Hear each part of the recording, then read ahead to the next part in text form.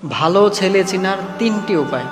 প্রিয় বোনেরা আমার, প্রিয় মায়েরা আমার যারা আছেন, আপনাকে অবশ্যই দেখতে হবে আপনার মেয়েকে বিয়ে দেওয়ার ক্ষেত্রে, অথবা আপনার বোনেরা যারা আছেন যারা বিয়ে শাদী করবেন সামনে, তাদেরকে অবশ্যই আপনার বিয়ের ক্ষেত্রে এই ৩টি গুণ দেখতে হবে। কোনো ছেলের মধ্যে আপনি যদি ৩টি গুণ দেখতে পান, তাহলে ভাববেন যে ছেলেটা 100% ভালো, তার মধ্যে কোনো সমস্যা নাই।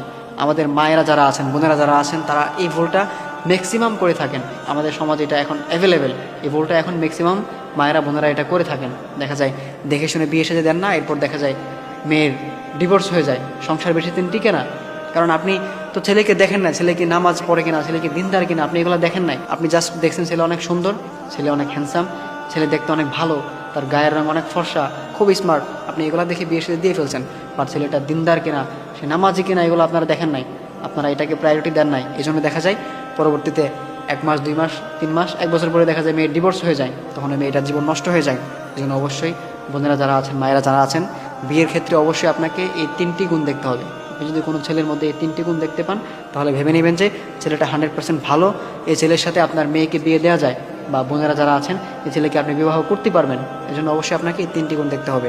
তার মধ্যে নাম্বার 1 যে গুণটা, সেটা হচ্ছে যদি আপনি দেখেন যে ছেলেটা নামাজ পড়ে, তাহলে ভেবে নেবেন যে ছেলেটা 100% ভালো।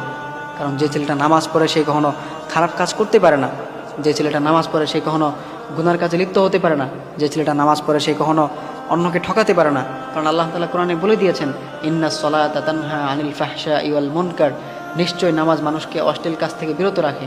এই জন্য অবশ্যই যে মানুষটা নামাজ পড়ে, যে মানুষটা সত্যিকার অর্থে নামাজ পড়ে, সে কখনো গুনাহ করতে পারে না, সে কখনো অন্য মেয়েদের সাথে কথা বলতে পারে না, সে মেয়েটা কখনো, সে ছেলেটা কখনো খারাপ কাজ করতে পারে না, সেই ছেলেটা কখনো গোপনে অন্য কাউকে ঠকাতে পারে না।